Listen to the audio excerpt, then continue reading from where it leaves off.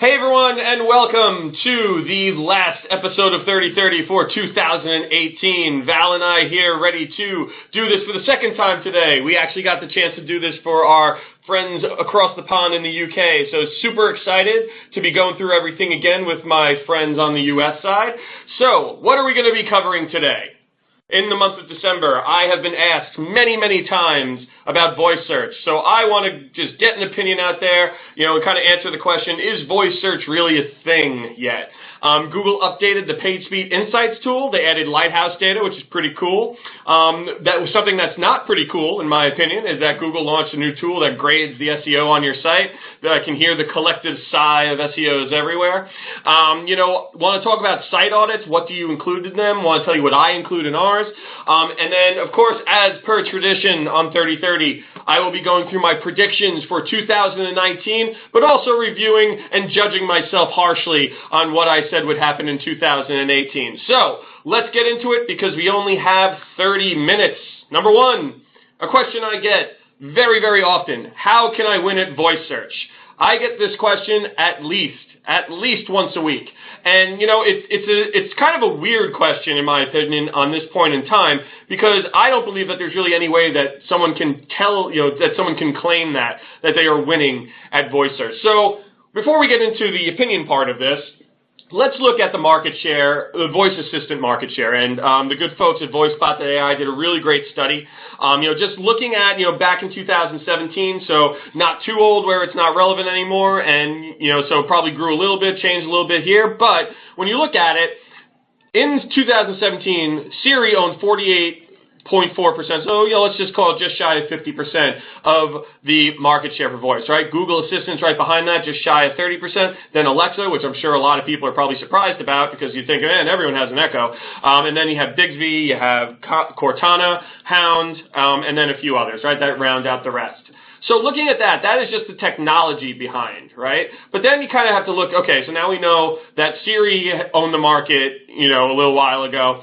And then, VoiceBot did another study then looking at 2018 and then what they project for 2022 with the global smart speaker. This is the, the actual device and how that will change over the course of the next 3 years. So what's interesting here is that you can see, to no one's surprise, that Amazon Alexa is number one at 52%. Google Home at 32%, that's actually more than I thought it owned. I thought, this would have came back with Amazon owning a lot more than that.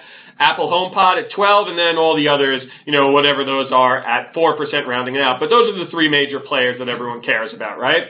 Now, looking to 2022, interesting to see that the shift goes from Alexa to Google Home, actually, and then Google has much more market share, 11% more, than the Echo, with HomePod basically staying the same because you'll always have Apple loyalists, and then everything else rounding out. But the percentages don't change that much.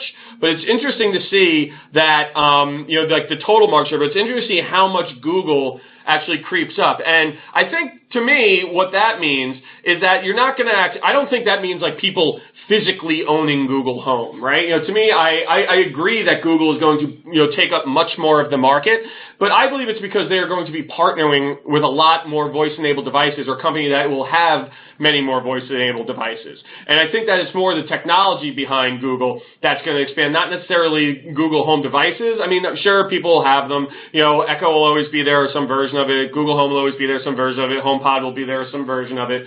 But I think the actual technology will start to really dip towards Google when they start partnering and enabling, becoming part of the technology of other companies. So, and then it kind of comes back to, okay, so now we see what the market share, is on both the technology and then the actual devices.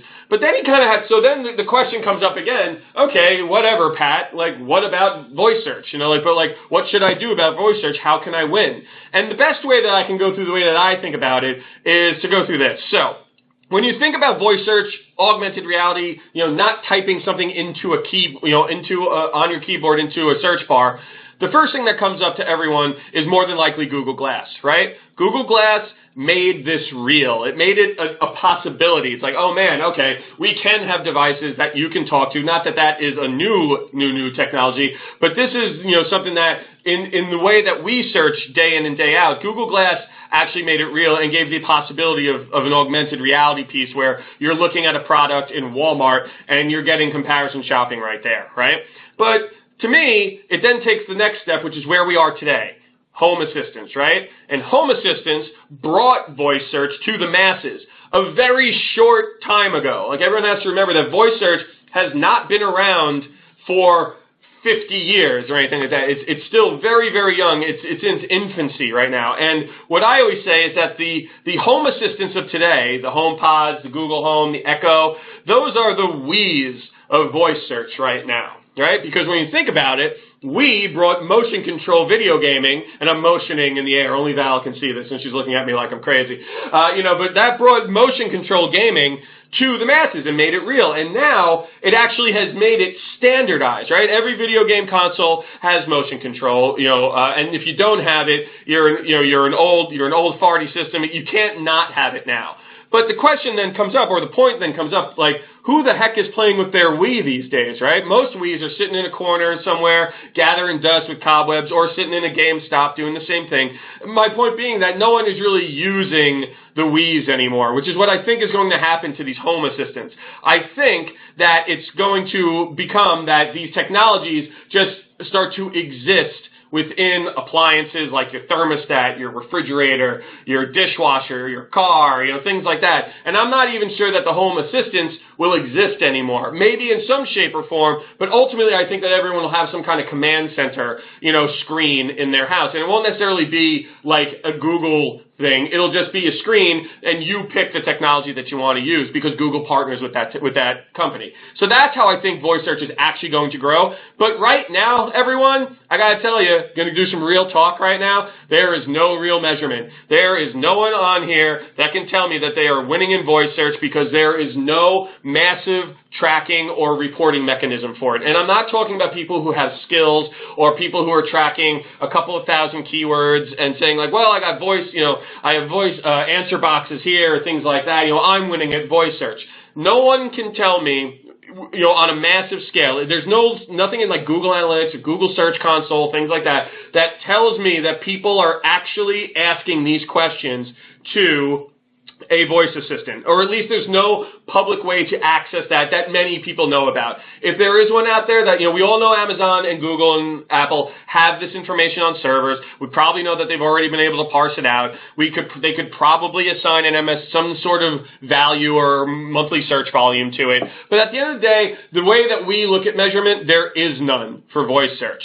And there's no timeline on when that reporting or that measurement is going to come. Now, one of the things that I was saying, and I'll admit first, that last year is that I thought we would have had some of this by now. Like I said, there are some ways to do this, but it's not regularly available to where like you can't just log into Google Search Console. I'm shocked that there hasn't been something rolled into Google Search Console yet about this on all the people who are searching on Google Home. But that's what I truly believe when it comes to voice search. And what does that mean? So the question then becomes, so what are you saying? Like screw voice search? And it's like, no, that's not what I'm saying. What I'm worried about is that brands are burning a ton of time on voice search without any way of knowing if they are successful or not.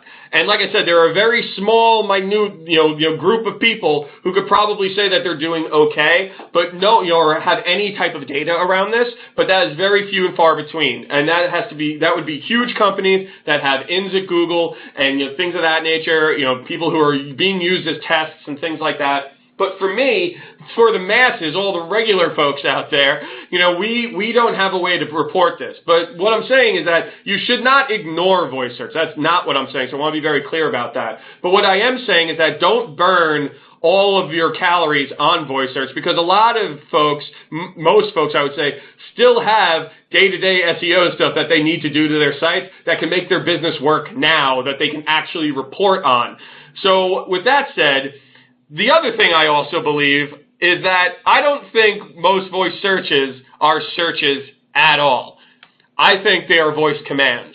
I think there are a hell of a lot more people asking what the weather is today and to turn the lights on than there are of how to make chicken noodle soup. And when you think about it, all these people who are doing voice commands, this is, in my opinion, why we haven't seen reporting or any real data to the masses on it yet, because I think it would all be commands. And honestly, guys, I don't really care about how many times Julie in Texas asked to call her mom. What does that tell me as a marketer? That I should start marketing to her a little bit early before Mother's Day because she'll probably buy something from me? No, that's not really, to me, that's not something that I want to burn too many calories on. And that's what I truly believe when it comes to voice search, is that most of it is commands, which is why we haven't seen MSVs tied to questions and things of that nature, because I think it's too small of a data set still. With that said, though, that will certainly expand in the coming years. But right now, I'm talking right now, end of 2018, be careful how many calories, you burn on voice search,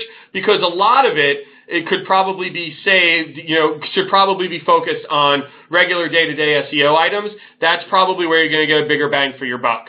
So, and then pay attention to voice search and the trends and what's happening, have a plan for it, but just be careful how much time and resources you put against it, because there's no way that you can tell if you're getting a return on that, right? If it's a nice to have and you have the ability and the resources to do that, great. If you have limited resources and the site really needs to do something, in the next 6 months, voice search is not your answer. So that's my rant on voice search. So I'll move on from there and leave you with that. I'm open to conversation on that, and opinions, as always, feel free to email me or ask me later, but that's my feelings on voice search right now. So, moving on. PageSpeed Insights has been updated with, and they added in Lighthouse data, which is really cool. So for the most part, everyone who's been using PageSpeed Insights probably knows that they updated it earlier the year. I think it was like January 5th that they did the last major update, and that's when they started including the Chrome experience usage reports of real-world data, and started giving you benchmarks against folks in your industry and things like that, which was super cool. And this tool keeps getting better. And Search Engine Land had a really great breakdown of what they updated. Apologies for the small text, as always. But as you can see here, they added a lot of stuff from Lighthouse. And as we all know, Lighthouse is a Chrome plugin that allows you to audit certain pages of your site using data, using real-world data and customer data, gives you benchmarks and averages. So they added a bunch of that in. I won't go line by line what it is. The presentation is always available afterwards. So from there, what they're doing is, the big question that comes from me, and I just got this the other day, was, hey Pat, why does this matter to me? I use PageSpeed Insights, but, whatever. So they added a few more features. Who cares? And most of them are features I don't understand. Like I'd be hard pressed for most people to tell me what first contentful paint and first input delay means, right? Most people don't care. They just want to see that 53 or whatever that is go up to 90, right? They just want their site to go faster. And to me, what's interesting, and I think what people really need to pay attention to here, is that Google is spending a lot of time on this, right? They have dedicated a lot of resources. Just because they've only updated it twice in the last year doesn't mean they don't really care about it. They've been collecting data. They've been seeing how people use it, and then they carefully use, they probably were using Lighthouse to just gather information for quite some time, before they put it into this tool. So for me, anytime Google burns a lot of calories or spends a lot of time, that's what we really should be paying attention to, right? That's what we should be looking at, is that means that page speed, which is not a surprise to anyone on this phone, that page speed is a very important factor to them, right? And in my opinion, page speed is rising the ranks in ranking factors, right? I think that, everyone knows that the first two are content and links, and those two can be argued back and forth. We won't have that argument here. I think page speed is probably in the top 5 right now, as far as ranking goes, because they keep pushing on this. What is the experience like? How fast are things loading? How is the user having a good experience? What's the latency? Is your mobile, app clipping? Things like that. They're tracking all of this, and they're bringing it back to us in this tool so that we know what's wrong with our sites. And to me, that's what we should be paying attention to. That's the main takeaway for me here, is that Google continuously updates this tool so that it works better for us. But to me, it's also like, hey guys, everyone, if your site is slow, go use this tool right after the call. If your site is slow, you should go and fix that, right? You should prioritize that above anything else, because when Google burns as many calories and dumps as much money and time and energy into something like this, that means they care about it. They very rarely continuously update things that they're going to, degrade over time. So I don't think we're going to see this. I think, if anything, this tool is going to become much more important. It's going to become much more fleshed out. Probably, will be included in Search Console at some point. But think about that, right? That it's really that how it's not necessarily cool they updated the tool. It's really like, man, they updated this tool that tells us about page speed. Page speed is just continues to become a more important ranking factor. So think of it that way. And on the other side, Google launched, speaking of, Google launching tools and updating things, very much to my dismay, Google has launched a tool that grades the SEO on your site. I will take a moment for the sigh to release, and for the most part, the headline to this, from what I saw across the internet of what they were saying, was that this is the culmination of 10 plus years of learning about users' needs. And I'm doing a sweeping motion with my hand that, again, only Val can see. But for the most part, that's a scary, broad statement. And honestly, everyone knows what I'm going to say here. I am not a fan of this. For me, it's fine, but I don't think this is a good thing. Anytime, all the stuff that they added to the tool, I've seen it, I've seen some screenshots of it. It's fine. But I think at any time a hulking monster like Google comes in and says, hey, here's what we believe are the best practices, my worry is how much people, mainly our customers, people who have, who are using SEO on a day-to-day basis, who have our own tool sets, have our own process, stuff we believe works. I think this just creates more challenges for us, to be completely honest with you. Especially the one that scares me the most here, like performance, PWA, whatever, best practices, whatever. The SEO one is the one that makes me the most nervous. So checks for best practices to ensure your site is discoverable. And then it goes on to accessibility, which is, Search Console does that now. But to me, like the SEO one, like best practices determined by who? Because it's like, okay, 10 years of learnings. Like I don't want anything from 10 years ago in this thing. I want everything within the last 6 months. And the problem is they're not going to update this thing on a regular basis. I can't fathom they're going to do that. And what's going to happen is that people are going to start taking whatever the score is that, that poops out of this, at the end, and say, hey, listen, why are you telling me that my site's doing well, but Google's tool is saying that we're only doing okay? And I think for SEOs, that's just going to add yet another level and layer of frustration, because it's going to be another thing that we have to explain away.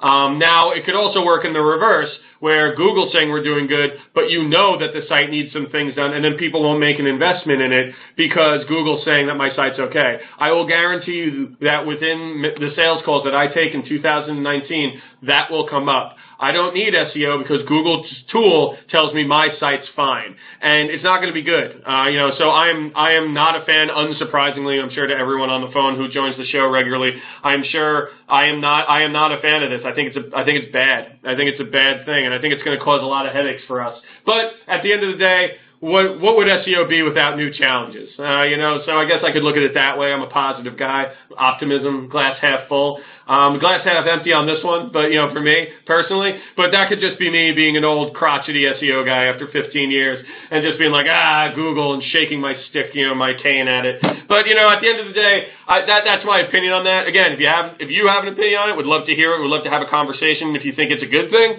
I don't think it's a good thing, just from my experience. Anytime Google rolls out anything, some would argue that the Page Speed Insights tool has been good. Whatever, it's fine. I still use other tools for page speed, but hey, listen, whatever, whatever.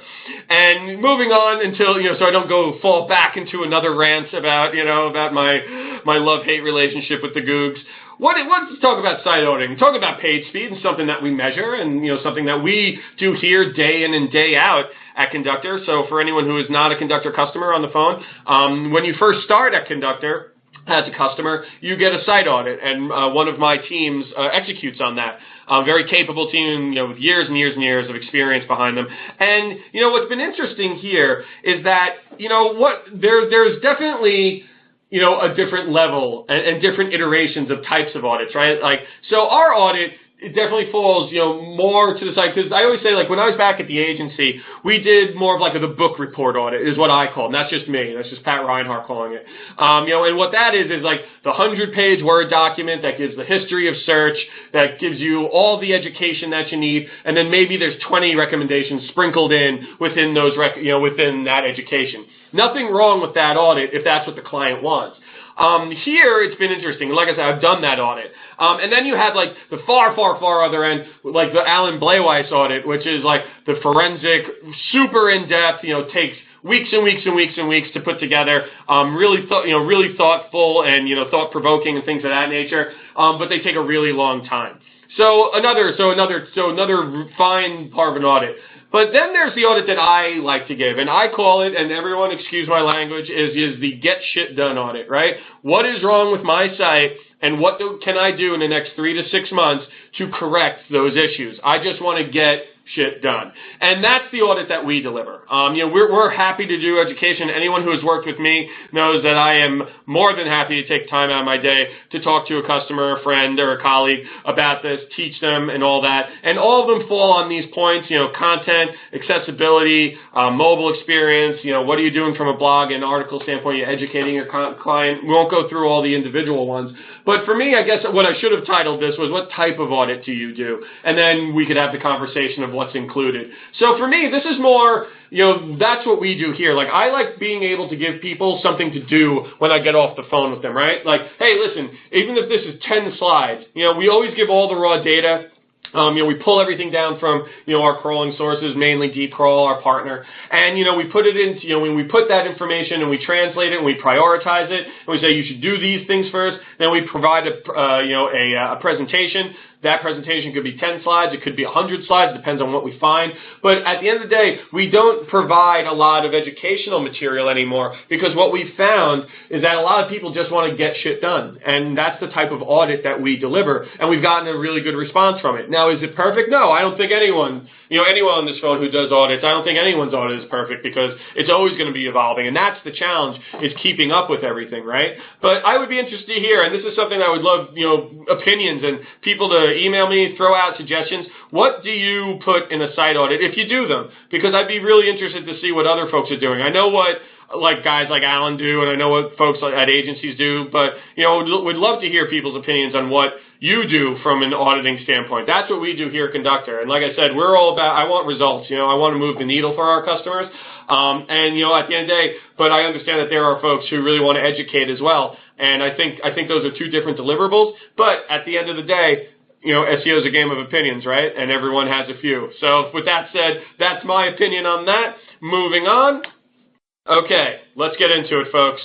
Predictions from 2018. Anyone who's joined the show might remember this slide from last year. Last December, I was sitting here doing this. This is the exact same slide. We're going to go through them. We're going to grade them, and I will judge myself harshly, or Val will judge me, and we will see how I did.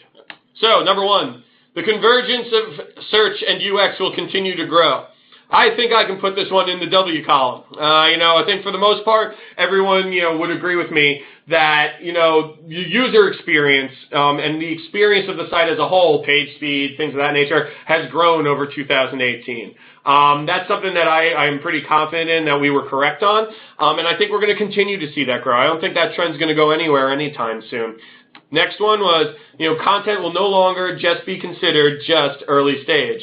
Little weird wording there, Pat, but at the end of the day, I believe this is also true. What I have seen this year, and something that I've been preaching at conferences and on webinars, is that educating the customer creates a much better sense of trust. We did a whole marketing study here, and said that and the big takeaway from that study was that 83% of folks, I think it's 83.6% exact, of folks said that they were more likely to buy from a brand that they trust or had educated them, which is a really powerful stat, because that is right next to, if we educate people, which typically would be considered early stage, early stage content, quote unquote, is educational stuff. That's folks who came back and bought afterwards. So I think we can also put that one in the winning column, because I do believe that trend has continued. The need for your site to provide an experience to users will grow. I think this one is basically what I said the first time, so I think I may have repeated myself here, but the experience portion of it is just when people come to your site, they want to have a good one. I think we can all agree that I won't put it in the WCOM because I think it's basically the same thing as UX. Maybe that was really on my mind that day when I was creating this slide. But hey, at the end of the day, I think we can all agree that happened. And the last one, or the second to last one, so voice search and AI will continue to evolve and influence how people search. I think I was half right on this. And going back, I honestly believed that we were going to have some sort of reporting around voice search at this time. And I'm surprised that we don't, to be completely honest with you. But I believe that voice search and AI have evolved, but I don't believe they have influenced how people have searched. I believe they have influenced how search is done from a mechanical and from a machine learning standpoint, and I think 2019 is when we'll actually start to see really influence people's search behaviors. But I think I was probably half wrong or mostly wrong on this one. That AI, voice search and AI have changed the way that the future of search is looking and just the mechanical way that's working maybe this year, but I don't think it's really influenced the way that people search just yet. So I was probably wrong on that one. So not too bad, doing pretty good. 3 W's, 1 L. And the last one I can also claim as a victory because this one was solely based on me. We did release a podcast in January of last year called Search on Tap, and we've had a lot of bumps along the way, but we have a really good show right now. A lot of great guests this year. I haven't looked through the list of who's on yet, but if any of you come on this year, thank you so much for helping me make the show a success. And if anyone wants to come on, please reach out. So, with that said, in our last final minutes here, I don't know if we'll get to questions today, but what are the predictions for 2019? Let's go through them. Number 1, personalization and universal results will continue to grow. Now, right before the Medic update on August 1st, a little known fact, I think I talked about this a couple of episodes ago, was that Google, the video carousel results, spiked right before Medic, and I think that was Google. I think Medic actually was happening well before that. And I think that was starting to roll out, and I think that was part of it. But one thing that we all can say is that universal results have grown, right? We know that the organic results are competing with even more these days, and we're going to be competing with even more tomorrow. And that is based on the personalization of results, right? Google is learning, RankBrain is learning how we search individually, not just how we search as a whole, but also how we search individually. And as it becomes more personalized, we'll start to get more personalized universal results as well, I believe. So I think that's something that's going to come. I think we're going to see a lot of that in 2019. It's going to be a challenge for us as well. But it's something that, like I said, it's one of those challenges that will be interesting and fun to work against. Number 2, we'll see brands continue to consolidate web properties. Something that I saw this year, and I think is going to be a big trend next year, and anyone that was at Brighton SEO and saw my presentation, I have had many clients cut down the amount of sites that they have and the amount of URLs that they have on their site for a more focused experience. I think you're going to see a lot more folks block parameter pages, search result pages, a smaller, stronger, more relevant footprint within Google's index, and I think Google is going to continue to purge junk pages for large sites. So this is a trend that I have seen throughout the last 6 months, and I think we're going to see this really ramp up in 2019.